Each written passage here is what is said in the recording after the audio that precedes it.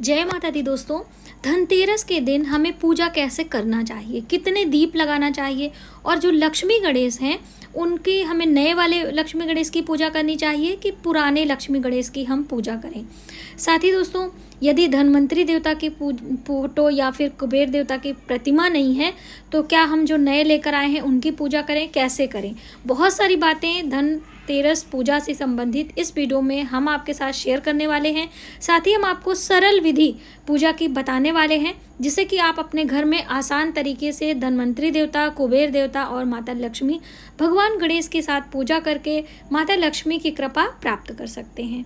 तो चलिए देर न करते वीडियो की शुरुआत कर रहे हैं। यहाँ पर हम सबसे पहले आपको चौकी लगाकर ये धन्वंतरी देवता की ये सुपारी पर आवाहन कर रहे हैं। थोड़े से चावल का आसन देकर सुपारी पर मौली के धागे लपेटकर आपको इस तरह से आसन दे लेना है।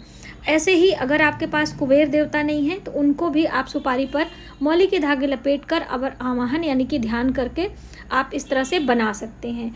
हमने यहाँ पर जो हमारी पुरानी प्रतिमा है उसी का इस्तेमाल किया है। यदि आप मिट्टी के लक्ष्मी गणेश पुराने आपके मंदिर में हैं, आप उनको भी रख कर पूजा कर सकते हैं। नए लक्ष्मी गणेश यदि आप धनतेरस पर खरीद कर लेकर आते हैं, उन्हें दीपावली वाले दिन ही पूजा करना होता है। ठीक है, ये विशेष जानकारी है तो आप इसे ध्यान रखें। अब यहाँ पर हमने चौकी लगाने के बाद ये है हमारे सिक्के, तो ये हमारे पुराने सिक्के हैं। उनको भी क्योंकि धनतेरस है, धन की भी पूजा की जाती है प्रत्यक्ष रूप में, तो हमने यहाँ पे कमल गट्टे के साथ में इसे रख दिया है एक पात्र में। आप कटोरी में भी रख सकते हैं। नए सिक्के को सिर्फ हल्दी कुमकुम का तिलक करके रखना है। यहाँ पे सभी तैयारी हो चुकी है, सभी पूजा की सामग्री। अब हम पूजा की शुरुआत में सबसे पहले अपने आप को शुद्ध करेंगे। तो यहाँ पर हमने अपने ऊपर जल छिड़काव किया है, आप आचमन भी कर सकते हो। और अब हम सभी चीज़ों को शुद्ध करेंगे। गंगा जल मिश्रित जल है। शुद्धिकरण का मंत्र भी आप पढ़ सकते हो। ओम अपवित्रः पवित्रो व सर्वास, यहाँ पर हम मंत्र लिख दे रहे हैं तो आप वहाँ से देख लीजिएगा।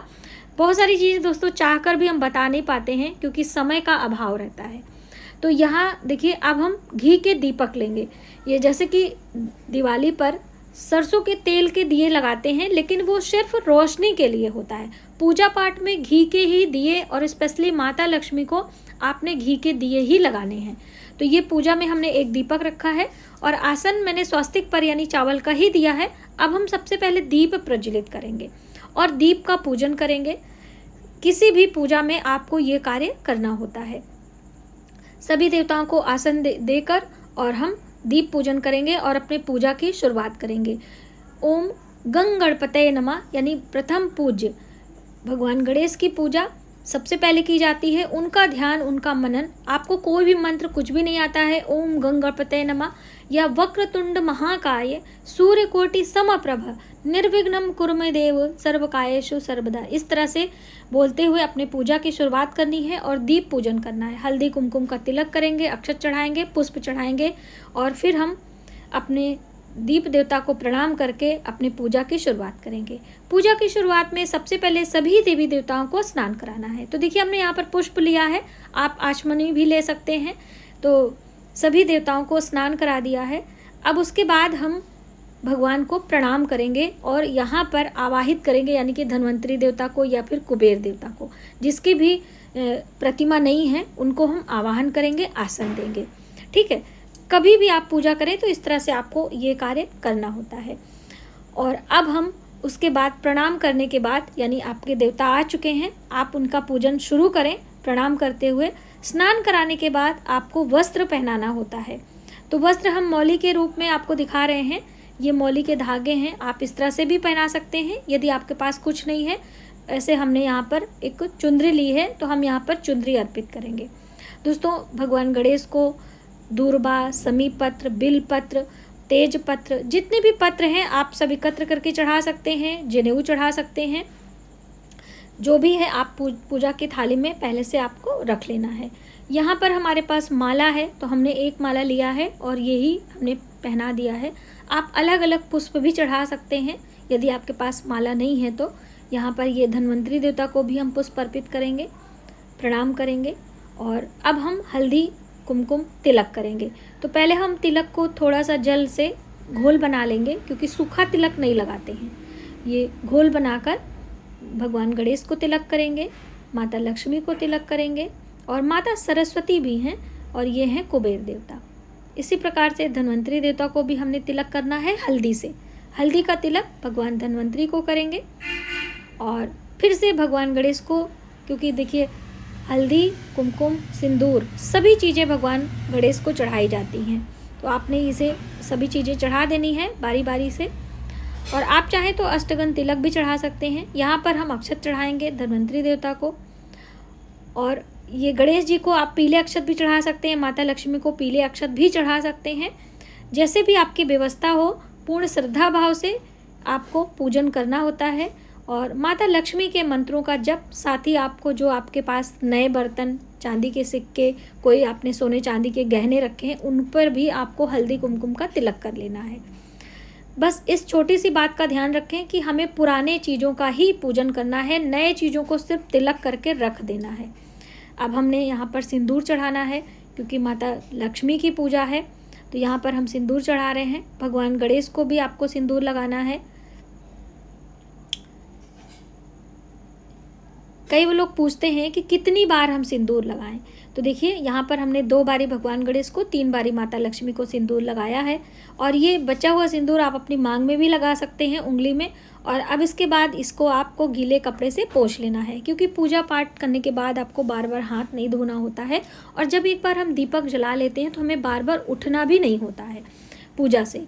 अब हम यहाँ पर, आप गणेश जी को जनेऊ चढ़ा दीजिए, आपने समीपत्र, बिलपत्र, दूर्बा जो भी है आप उसको चढ़ा दीजिए। यहाँ पर उसके बाद भोग लगाना है। तो पहले हम धन्वंतरी देवता की पूजा कर रहे हैं, उनको भोग लगाएंगे, और भगवान गणेश के लिए, माता लक्ष्मी के लिए भोग। तो देखिए हमने एक ही प्लेट में भोग लगाया है। कई लोग पूछते हैं कि दीदी हम अलग अलग भोग लगाएं कैसे, तो आप एक साथ भी लगा सकते हो, अलग भी लगा सकते हो। तो ये लौंग, इलायची और तुलसी का पत्र धन्वंतरी देवता को, और भगवान गणेश को बहुत ही प्रिय होता है रेवड़ी। ये देखिए, तो हमने ये रेवड़ी, और आप बतासे भी रख सकते हैं, और यहाँ पर दूध से बनी मिठाइयाँ और कुछ मौसमी फल है। दोस्तों हमारे पास फल अभी बहुत कम है, आप चाहें तो अन्य फल जैसे कि कदली है, अनार है, आंवला है, ये सभी फल आप रख सकते हैं माता लक्ष्मी की प्रसन्नता के लिए। अच्छा, जल इस तरह से घेरा बनाते हैं, और कई लोग पूछते हैं कि दीदी हम भोग कैसे लगाया करें। तो इस विधान से आप प्रतिदिन भोग लगा सकते हैं, किसी विशेष तिथियों पर भोग लगा सकते हैं, सामने रखें। और जब हम कोई चीज़ तिलक करते हैं, हल्दी कुमकुम पुष्प चढ़ाते हैं, तो समर्पण की भावना से, यानी कि चंदनम समर्पयामि, सिंदूरम समर्पयामि, पुष्पम समर्पयामि, वस्त्रम समर्पयामि। लेकिन जब हम भोग लगाते हैं तो उस समय हम निवेदन करते हैं, यानी प्रार्थना करते हैं। तो नैवेद्यम निवेदयामि, यानी निवेदन की भावना से हम भोग प्रसाद उन्हें आग्रह करते हैं और प्रणाम करते हैं। और जल का घेरा बनाकर थोड़ी से ध्वनि करते हैं, चाहे आप हाथों से ध्वनि कर दीजिए, चाहे घंटे से ध्वनि कर दीजिए, और अपने आँखों को बंद करके आपको भगवान से निवेदन करना है, आग्रह करना है। दोस्तों ये श्रीफल रह गया था, माता लक्ष्मी की प्रिय फल हैं, तो ये हम ज़रूर उन्हें भेंट करेंगे। तो यहाँ पर एक पानी वाला नारियल है, श्रीफल।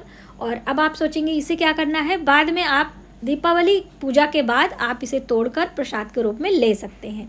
और दोस्तों ये आपको बताएं कि जो हमने पान मंगाया था ये ख़राब हो चुका है, क्योंकि वीडियो की तैयारी 2 दिन पहले की थी और वीडियो बनाने में हम लेट हो गए हैं, इसलिए हम उस सड़े हुए पान का इस्तेमाल ना करके सिर्फ लौंग और इलायची तांबूल के रूप में हमने चढ़ाना है।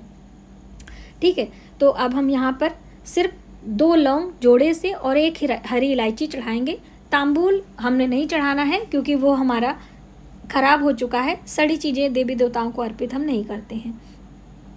तो यहाँ पर हमने भगवान गणेश को, माता लक्ष्मी को चढ़ा दिया है, और ये पान के पत्ते हटा ले रहे हैं। इसके बदले हम भगवान से प्रार्थना, यानी कि क्षमा मांग ले रहे हैं कि ईश्वर हमें क्षमा करें। इसके बाद अब बारी आती है दक्षिणा की। तो देखिए दक्षिणा अवश्य चढ़ाया करिए। और बहुत सारे लोग पूछते हैं कि दक्षिणा कैसे चढ़ाएं और बाद में क्या करना है। तो हमेशा 1 लगा, यानी सवाया लगा के चढ़ाते हैं, जैसे 101, 51, 11, 21, इस तरह से देवी देवताओं को चढ़ाएं। और माता लक्ष्मी को चढ़ाया हुआ दक्षिणा आप स्वयं इस्तेमाल करें, यानी कि देवियों के ही पूजा में, यानी कि भगवान के लिए वस्त्र ले लें, चौकी पर बिछाने के लिए कपड़े ले लें, भगवान को बर्तन ले लें। इस तरह से उन दक्षिणा का इस्तेमाल किया जाता है। बाकी जो दुर्गा पूजा में या करते हैं वो हम पुरोहित को दे देते हैं। इस तरह से दक्षिणा हो गया। अब यहाँ पर आपने सभी चीज़ें भगवान को अर्पित कर दी हैं। अब उसके बाद आपको पाठ करना होता है। तो कैसे धारा स्त्रोत का पाठ कर सकते हैं, और इसमें श्री सूक्तम है, श्री स्तोत्रम है, ये भी आप कर सकते हैं। महालक्ष्मी नमस्तुभ्यम, नमस्तुभ्यम सुरेश्वरी, हर प्रिये नमस्तुभ्यम, नमस्तुभ्यम दयानिधे, पद्मालये नमस्तुभ्यम, नमस्तुभ्यम च सर्वदे। इस तरह से आपको पाठ करना है। और आप यदि अभी कनक धारा स्त्रोत की पाठ नहीं है तो आप मंत्र जप कर सकते हैं कमल गट्टे की माला पर, ओम श्रीं श्री नमः, या फिर ओम श्रीं ह्रीं श्री कमले कमलालय प्रसीदा प्रसीदा श्रीं ह्रीं श्री महालक्ष्मी नमः। इस तरह से आप माता लक्ष्मी के मंत्रों का जप 108 बारी आप कर सकें तो बहुत अच्छा होता है। एक घी का दीपक लगाकर हम रात्रि में भी ये कर सकते हैं, है ना। तो धन त्रयोदशी पर इस तरह से आपने पूजा करनी है। आप सभी पूजा पाठ के बाद आपको आरती करनी है। तो हम हमेशा कपूर से आरती करते हैं, तो थोड़े से कपूर हम लगा लेते हैं। और दोस्तों, आरती में भी बहुत सारी बहनें पूछती हैं कि माता लक्ष्मी की आरती हमें करनी चाहिए कि नहीं। तो दोस्तों, हम लोग अपने घर में आरती करते हैं भगवान गणेश का ध्यान करते हुए। माता लक्ष्मी की आरती और भगवान गणेश की आरती इस दिन की जाती है, अवश्य करें। और उसके बाद हमें जो 13 दीपों का दान होता है वो करना होता है। तो 13 दीपों में एक दीपक यम का होता है, एक दीपक माता लक्ष्मी को हम लगाते हैं, और बाकी दिए अन्य अन्य स्थानों पर लगाते हैं। जैसे कि एक पितरों के नाम से लगाया जाता है, एक चित्रगुप्त के नाम से लगाया जाता है, और एक हम लगाते हैं अपनी रसोई में, भंडार गृह में। इस तरह से अलग अलग 13 स्थानों पर हम ये दीप दान करते हैं। और 13 में सिक्के रखे जाते हैं, सब में सिक्के रखते हैं, और हर दिन नए दीपक आपको लेने हैं, हर दिन नए सिक्के लेने हैं। और बाद में इन सिक्कों को आपको सफाई कर्मचारी को देना है, यानी 5 दिन बाद धनतेरस से लेकर भाई दूज तक आपको ये 13 दीपों का दान करना होता है। यदि आप चाहें तो सिर्फ 5 दिए लगा सकते हैं, वैसे 13 दीप दान करने की बात कही गई है। तो आप इस तरह से विधि विधान से धनतेरस पर पूजा करें। माता लक्ष्मी की कृपा आप सभी पर बनी रहे, ऐसी मेरी शुभ कामना है।